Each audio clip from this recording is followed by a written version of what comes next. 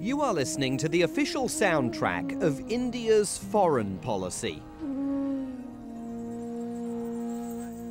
Relaxing, therapeutic music recorded for the Indian government on 4 CDs. They're given to people who visit the imposing Foreign Ministry building in New Delhi. It was built by the British back in 1913. We were handed our copies by Anant Sharma, the country's Minister of State for External Affairs. India's foreign policy, he says, is just like the music. Smooth and easy. We believe in creating a better understanding so that we can coexist in harmony. We want this region to be a region of stability, peace and progress. That's what India's endeavor throughout has been. But India faces enormous difficulties achieving foreign policy harmony at a time when the country is increasingly allying itself with the United States, competing regionally with China, and acquiring some of the trappings of great power status. A glance at a map of the region shows the challenges. To the south, there are tensions in India's relationship with Sri Lanka over that country's handling of an uprising by Tamil separatists. To the east, there are border security issues with Bangladesh. To the north, Nepal is an ongoing inspiration for Maoist insurgents waging a violent campaign against India's economic development. China and India, the world's 2 most populous nations, both rapidly developing, are in an open competition for power and influence.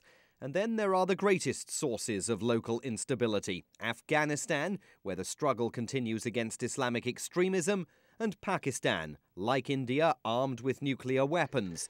The 2 countries have already fought 3 wars and remain toe-to-toe in the disputed territory of Kashmir.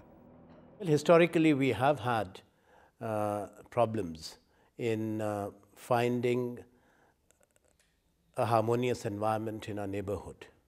Now, it's not a situation of our creation. No country chooses its geographical neighborhood.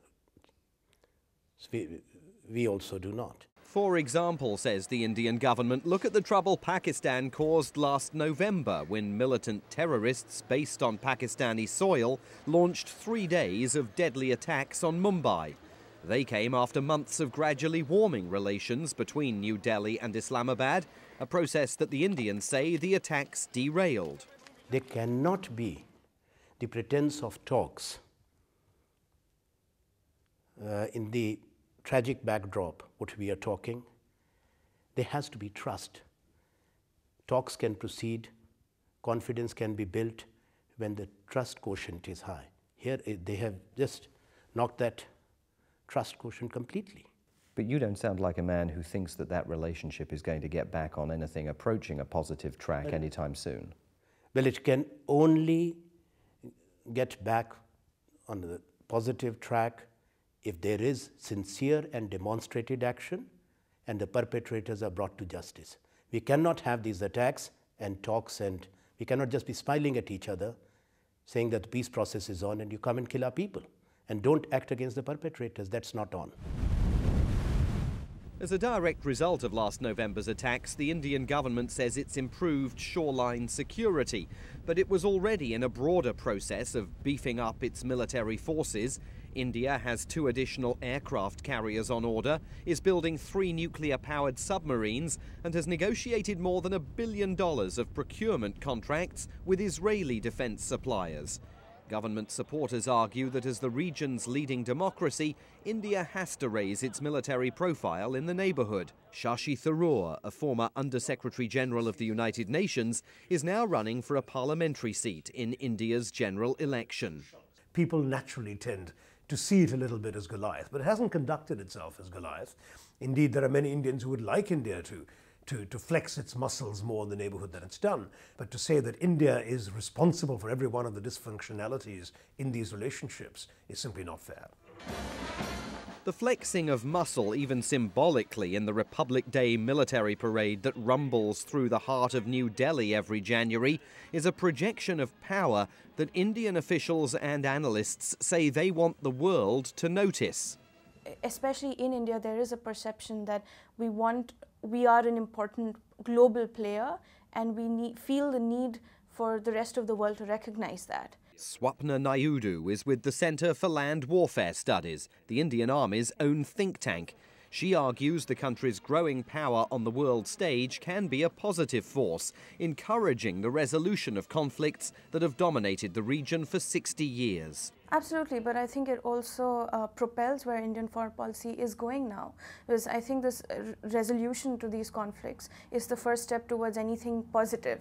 And a lot of these conflicts are seen as intractable, and the fact that that perception has been there for so long, that view with the Indian public is almost as old as India's independence. Pakistan!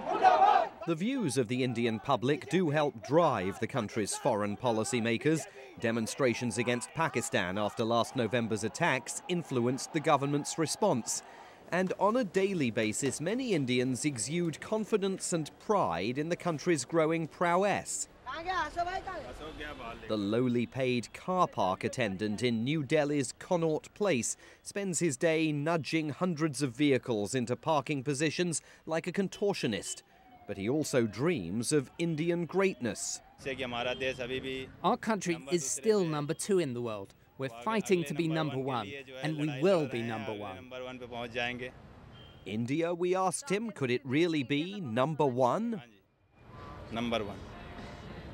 That, of course, would entail becoming a full-fledged superpower. And last October, the US took one step that many analysts argue encouraged that type of thinking in Delhi. President Bush signed into law a deal that ended a 34-year ban on US nuclear trade with India, a country that has never agreed to sign the Nuclear Non-Proliferation Treaty. Critics contend the agreement not only undermines the global non-proliferation regime, but also encourages India to think great power thoughts and view itself as a regional counterweight to Chinese expansionism. I do not think that India is lacking in terms of an imperialist mentality. Danu Roy, a New Delhi-based social activist, argues that the new pro-Western trends in Indian foreign policy are at odds with the non-violent principles of Mahatma Gandhi, who led the Indian struggle for independence. So much for our Hindu way of life, for our traditions, that we want to make friends with the Western democracies.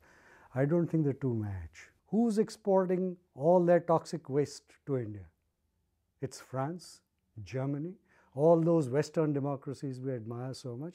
We are getting their waste. The US, Pepsi, shipload of waste comes into Chennai so that it can be dealt with here. Why not in the US? But other prominent Indian voices argue that's old-style thinking, rooted in a time when India was a close ally of the Soviet Union.